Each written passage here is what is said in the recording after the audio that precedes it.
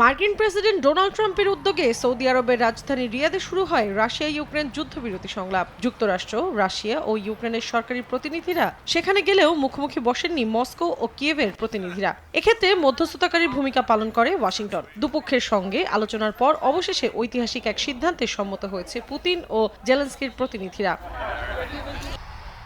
এবার কৃষ্ণ সাগরে হামলা বন্ধে সম্মত হয়েছে রাশিয়া ও ইউক্রেন। মঙ্গলবার এক বিবৃতিতে বিষয়টি নিশ্চিত করে হোয়াইট হাউস। বিবৃতিতে বলা হয়, কৃষ্ণ সাগরে সংঘাত বন্ধ, সেনা প্রত্যাহার এবং নিরাপদ জাহাজ চলাচলে একমত হয়েছে দুপক্ষ। পাশাপাশি বাণিজ্যিক জাহাজকে সামরিক উদ্দেশ্যে ব্যবহার করা হবে না বলেও প্রতিশ্রুতি দিয়েছেন তারা। কিন্তু কবে বা কখন তা শুরু হবে এ বিষয়ে এখনো কিছুই জানা যায়নি। হোয়াইট হাউস আরও জানায়, চুক্তি মেনে চললে রাশিয়াকে কৃষি পণ্য ও সার রফতানিতে সহায়তা করা হবে, নৌবিমার খরচও কমানো হবে এবং বন্দর ও অর্থ প্রদানের ব্যবস্থায় প্রবেশাধিকার সহজ করা হবে। তবে ইউক্রেন কৃষ্ণ সাগরে হামলা বন্ধে রাজি হলেও বলেছে, সেখানে রুশ বাহিনীর জাহাজের কোনো রকম চলাফেরা চুক্তির লঙ্ঘন বলে গণ্য হবে।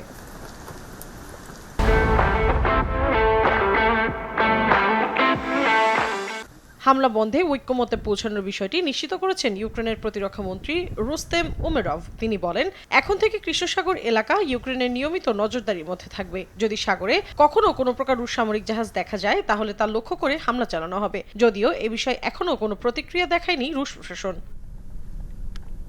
এদিকে যুদ্ধবিরতির আলোচনা হলেও স্বস্তিতে নেই ইউক্রেনীয়রা। তাদের দাবি, সংঘাত বন্ধে প্রতিশ্রুতির ফুলছুরি থাকলেও নেই বাস্তবায়ন। আমি কেবল ইউরোপের ঐক্যে বিশ্বাস করি, অন্য কিছুতে না। মার্কিনীরা শুধু লোক দেখানোই বিশ্বাসী। আমরা অপেক্ষা করছি যে ইউরোপ শেষ পর্যন্ত ঐক্যবদ্ধ হবে। এর আগে 2022 সালে তুরস্কের মধ্যস্থতায় কৃষ্ণ সাগরে যুদ্ধবিরতিতে সম্মত হয়েছিল রাশিয়া। সে সময় ইউরোপের প্রতিনিধি হিসেবে তুরস্কের পক্ষ থেকে রাশিয়াকে নিশ্চয়তা দেওয়া হয়েছিল যে যদি মস্কো কৃষ্ণ সাগরে বাণিজ্যিক জাহাজ চলাচলে বাধা না দেয় তাহলে তাদের উপর জারি করা অনেক নিষেধাজ্ঞা তুলে নেবে ইউরোপ। ইউক্রেনের গম, ভুট্টা যেন কৃষ্ণ সাগর পথে নির্বিঘ্নে ইউরোপে পৌঁছতে পারে সেজন্য এ প্রস্তাব দেয় ইউরোপ। কিন্তু নিষেধাজ্ঞা প্রত্যাহারের প্রতিশ্রুতি না রাখায় 2023 সালে এই যুদ্ধবিরতি চুক্তি থেকে নিজেদের সরিয়ে নেয় ক্রেমলিন। মৌসুমীর সাথী, সময় সংবাদ।